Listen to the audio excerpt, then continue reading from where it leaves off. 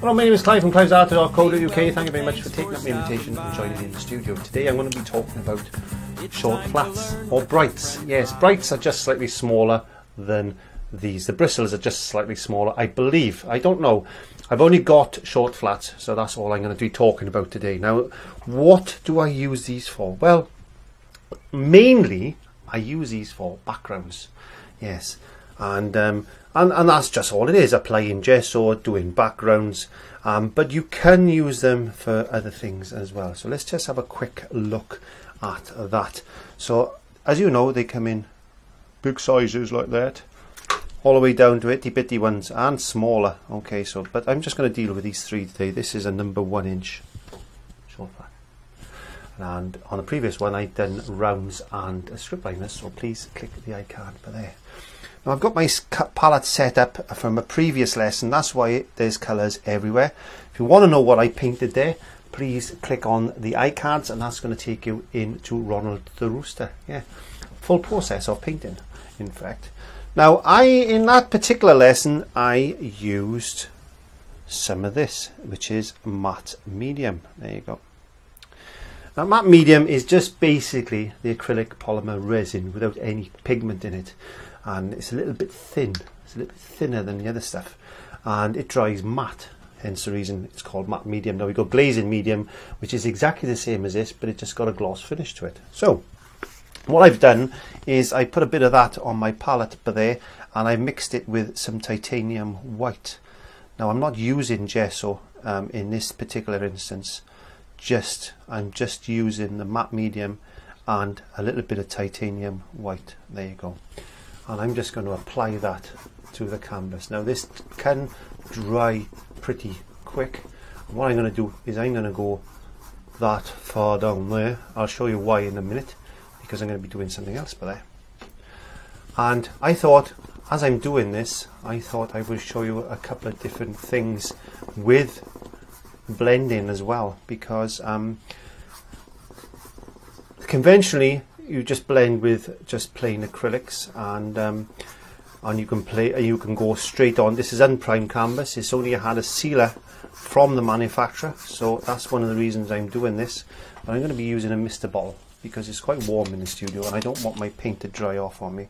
So a little bit of titanium white, a little bit of the matte medium, and I'm just putting a liberal coat, and I mean a liberal coat, quite a thick coat of paint. As it starts to run out and I can feel it dragging, I'm going to add a little bit more to my brush, and I'm just going to continue with that. So I'm not overspreading. If you overspread it, it tends to go on to the canvas a little bit thinner, so you need a little bit more of let's put a little bit of moisture to it. You need a little bit more paint on there than you think you do. There you go, there we are, and that's all covered like that. Now let's just moist the canvas down. Now what you can do with that, you can wait for it to dry, and in fact we will just wait for that bit to dry there, and we'll just blend directly white into this. Now you've got to be quick with this, because if you're not quick it's going to dry very rapidly, and you don't want that to happen. So I'm just going to use a little bit of yellow ochre, and I'm just going to bring a little bit of, let's get a little bit of white yellow to the tip of my brush, a little bit of yellow ochre, a little bit of yellow ochre and yellow. Getting confused. That's already wet, we're leaving that dry. So this is the wet on wet blending technique. If you want to use 2 colours, you can just use 1 colour, or you can use 3 colours. It depends on the effect you want to get. So what I'm doing is I'm just blending directly into that white with those 2 colours, and I'm doing this crisscross motion like that, and as I come down I'm allowing the paint to just merge into that white, and as you can see, coming back up, putting a bit more colour onto my brush, I'm just going to merge that in like that, and that's just 2 colours. You can get wonderful effects if you wanted to do a sunset or something like that. Very, very easy effect like that. Now I'm putting the paint on like this, and I will be doing that on all the examples. When I come to blend, I just use the very edge of my brush, which is, you can see how sharp it's gone, and I just very, very lightly, very, very little pressure. You remember I said tickling the back of your hand? Yes, tickling the back of your hand when you're applying pressure, and that's what you've got to do, very, very lightly, and you get all those rough edges off like that. So that's the first method there. There you go. And we'll wait and see how that dries. In fact, I'm going to dry that now because I need that dry as well. So just one second while I zip the hairdryer over the surface of the canvas.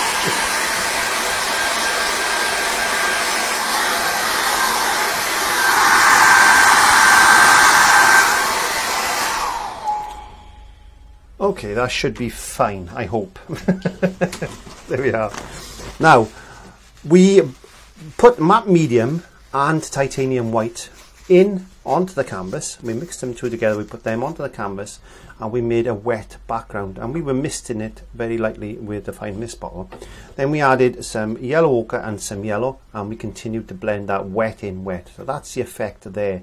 So what about wet on dry? So what about yellow and yellow ochre onto the dry canvas now without actually using the white? Can we get the same effect?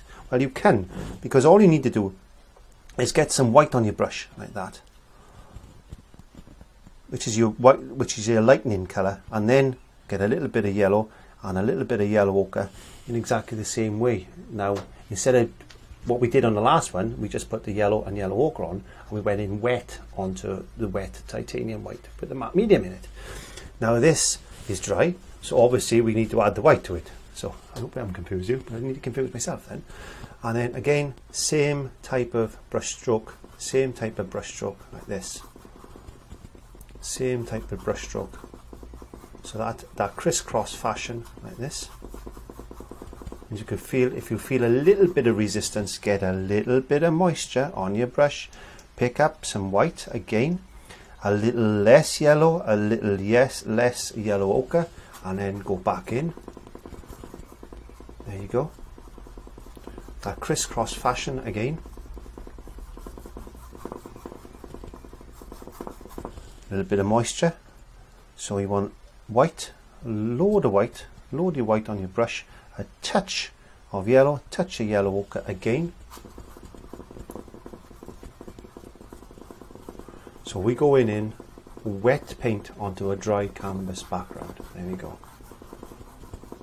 And we'll just do that again.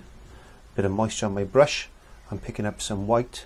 I'm picking up a small amount of yellow, ochre again. I'm picking up more white than I am yellow ochre and yellow. And I'm just blending that in to a nice smooth finish like that.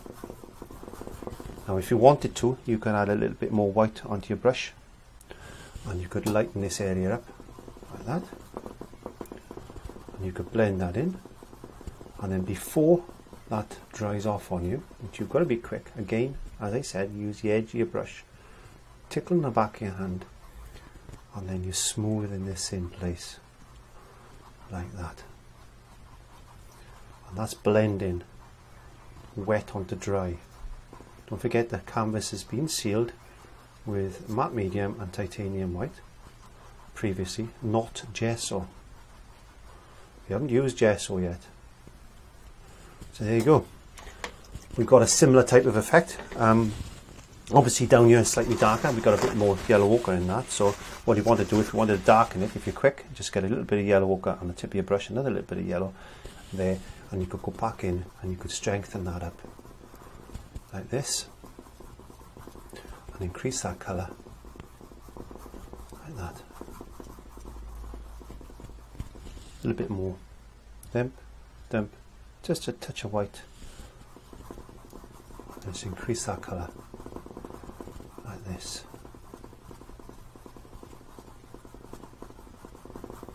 And then you merge that in like that. Just run a little bit of white into that corner. Let's try and get them as close as we possibly can to each other. There we are, that'll do me. And then very lightly very, very lightly just blend that through with the edge of your brush, tickling the back of your hand. There you go. So that's a very similar colour as that. So that was basically wet on wet, and that was wet on dry, without using gesso. And using our number one, short flat. Yes, now. Okay, so gessos. What is gesso? Gesso is a chalk-based latex paint. Basically, that's all it is. It's a latex paint. And it has got calcium carbonate in it. And in the old days, excuse me, in the old days, they used to make gesso with boiled rabbit skin and marble dust and some lead white or titanium white, and that's how they used to make their gessos. And today it's all latex based. Now I make my own gesso.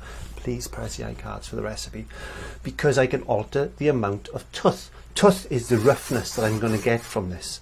So I'm going to put that on now, as I said, in exactly the same way. Got a bit of colour coming off my brush, but I'm not worried about that.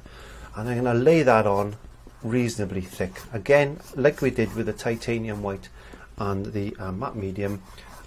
Once my brush starts to run out of paint, I'm just finding a little bit more, and I'm putting that on as well. So I'm putting this in a nice liberal application, and this is going to dry in the same type of time scale as the acrylic, which is around about 10 to 15 minutes as it starts to set, depending on the amount of moisture or water or other fluids or other mediums you tend to put in it. There's retarders, there's flow improvers, there's medium mixes, there's matte mediums, there's glazing medium. You can use all this type of stuff, and I do recommend you use something more than just water, because you're going to limit the possibilities of underbinding. Again, there is a video in the iCards if you want to have a look a bit more about underbinding, but today we're concentrating mainly on the short flats. So we're going to be doing exactly the same thing, but we're just going to be using gesso, and then we're going to do a comparison test then to see what surface difference we've got between the gesso and the just plain acrylic. Again, on the bottom part, we're going to leave the top part dry. So let's just smooth that off. There we go. Because it's going to be, because it's quite thick up there, and I want that to dry pretty quick.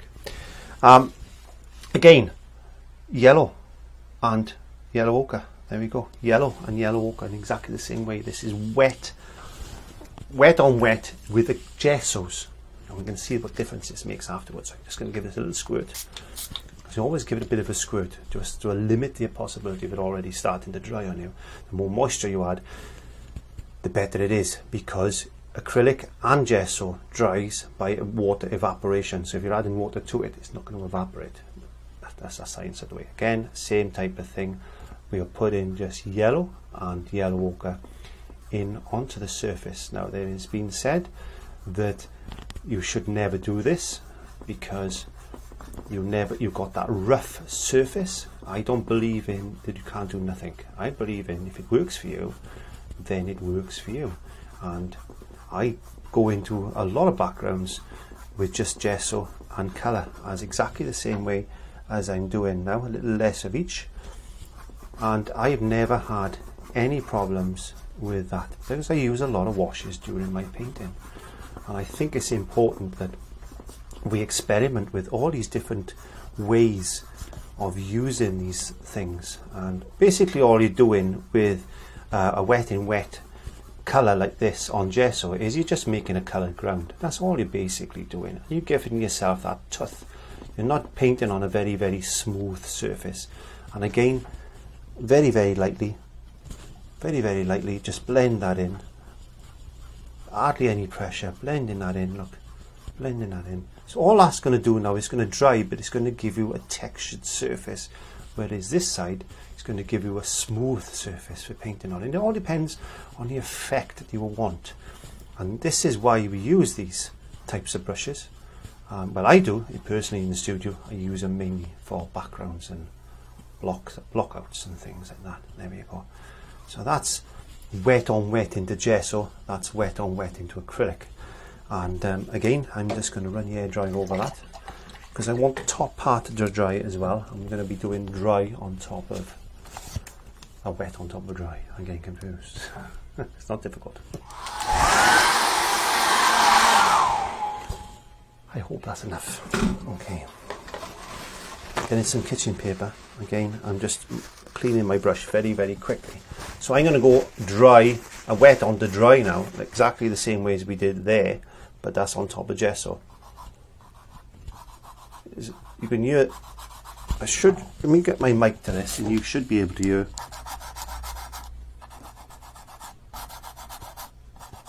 So that's that one. You can feel there sounds more tough to that than there is to that one. So that's because there's no calcium carbonate in there, and there's chalk in that. That's the difference. So again, white, bit of water, white, load your brush up with white, yellow ochre on the one side, yellow on the other side, like that. There you go. Exactly the same way as we did with that.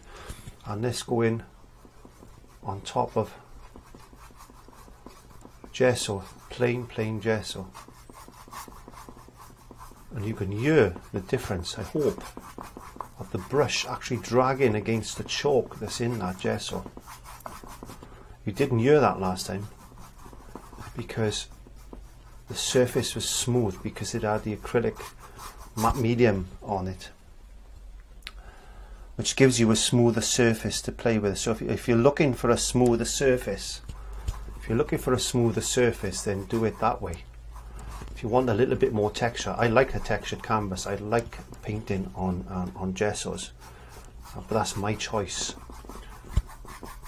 The other alternative you've got is to actually look at painting on masonite boards or wood panels, etc., which we will be crossing again at a later stage.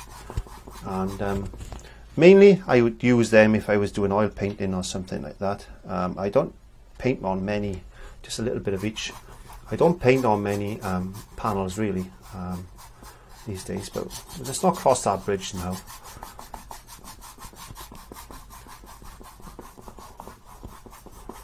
And I find that paint is actually running a lot smoother over the surface there, and I quite like that. That's my preferred method, either one of those. Because this has got a acrylic on top of gesso, this is going to dry smooth, where that's going to be rough because it's got gesso in it, because I blended acrylic into gesso. In other words, it's like more of a ground than actual background itself. So that's the difference there. Let's add a little bit more colour. Let's add a little bit more colour into this corner, just to balance it off, just so we can see what I mean. There we go.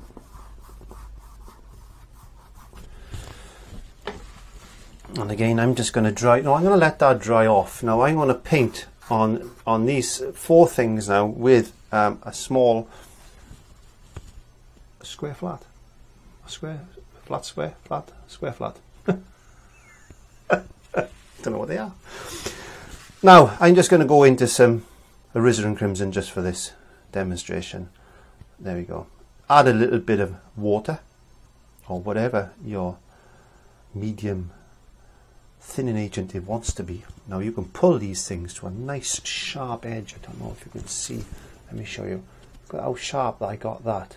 And that is done by pulling it through the paint like this. There. Again, that to a nice sharp. It's a chisel edge. Chisel edge it is. And we can do very thin lines with these things. Like that. So you could do a distant tree, and then you could do exactly the same thing. If you wanted to put a little bit more pressure, push in down a little bit more, you can get thicker, more sturdy lines like that. Let's just chisel that off a bit more. There you go. Or even you can just go that way. Or you can wobble your hand a bit more moisture on that brush. Make sure you've got a bit of paint when you're doing this one. There you go. And then you can do that. There you go. So we got trees, and we can even, if we wanted to, put some branches, and then we could finish them off with a script liner brush later on if that's what we wanted to do. You've also got the ability to do things like circles. If you're pushing your brush in and twisting it around on itself like that, you can get quite accurate circles like that. I'll do that again. So you push your brush into the canvas like that, push it in, and then twist with your fingertips. Twist with your fingers. Look how that spirals the bristles, and you should be able to get a near perfect circle. And again, you could block out buildings with this. If you wanted to do a building or something like that, you could make a shape like that. Look, make an oblong, and you could put a roof on quite accurately if that's what you wanted to do.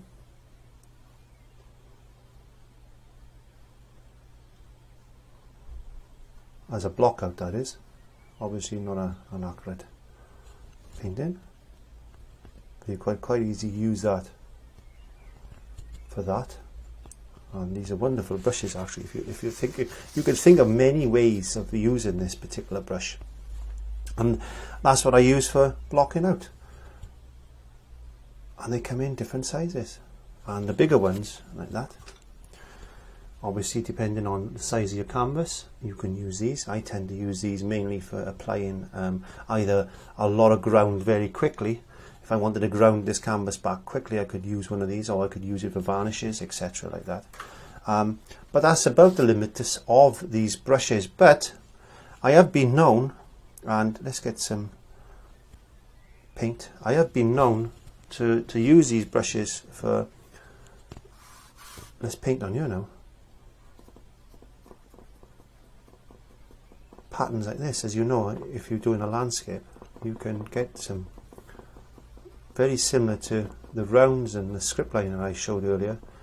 You can just push this brush like this and you can get some nice foliage patterns. You could use it flat like that for grasses. There you go. We'll get some grasses going, look.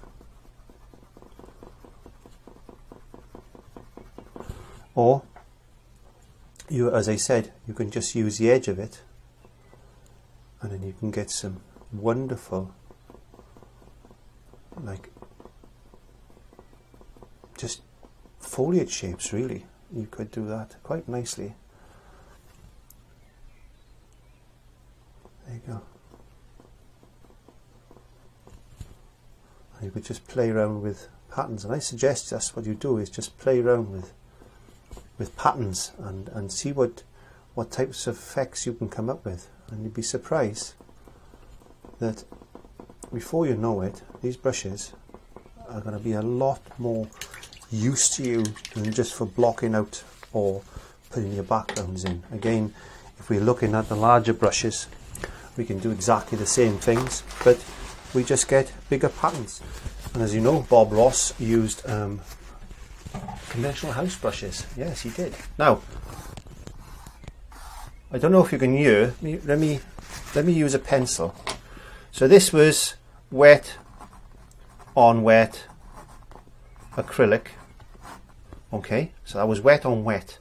This was wet on dry. You're paying attention to the noise of the pencil. Listen to this. This is wet on dry gesso, so you can hear the difference. I hope you can. And this is wet on wet gesso. So I hope you picked that up. In other words, it's wet on wet, that's wet on dry gesso, that's wet on wet acrylic, and that's wet on dry. So the texture that's very smooth, where that's really rough, and that's exactly what I expected it to be, because what I can do with that is use these brushes. When I use these brushes, I use these particular brushes for my washes. That means I thin my paint out really loosely, and I can go over that, and I can basically put a wash or a glaze. You can use glazing mediums, you can use the matte medium, you can use the glazing medium gloss, you can add the two together and make a semi-gloss. But you can actually paint over that, because there's gesso in place. That paint is going to bind to that layer, and that's why I use gesso backgrounds, because I can wash over them with layers of acrylic like that, either increase or decrease the value of that painting that I'm going over. So without further ado, looking at these brushes, I've just loaded up with a little bit of paint. I'm just going to run that through a bit of red now as well, just to change the colour up a bit. And we can do brush patterns, we can do trees, foliage on trees with these brushes. There we go. You can put our underlining block out in.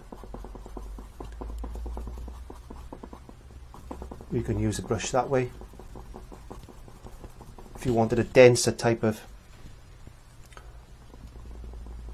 pattern, there you go. Very quick, very quick to be able to do trees and whatnot, and you can put your trunks in place then if you wanted to, like that.